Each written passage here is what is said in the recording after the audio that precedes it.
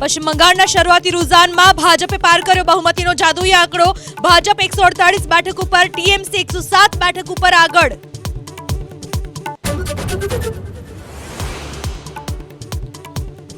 આસામમાં ફરી ચાલ્યો હેમંતા શર્માનો જાદુ। ભાજપની પ્રચંડ જીત નિશ્ચિત। ભાજપને અગાઉ ચૂંટણી કરતા વધુ બેઠક મળવાની શક્યતા।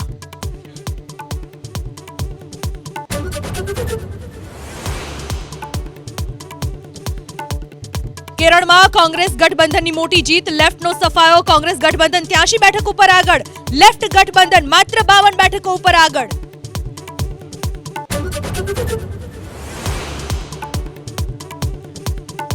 તમિલનાડુના સત્તા પરિવર્તન લગભગ નક્કી। અભિનેતા વિજયની આંધી। ડીએમકે પાસેથી વિજયની પાર્ટી ટીવીકે છીનવી શકે છે સત્તા।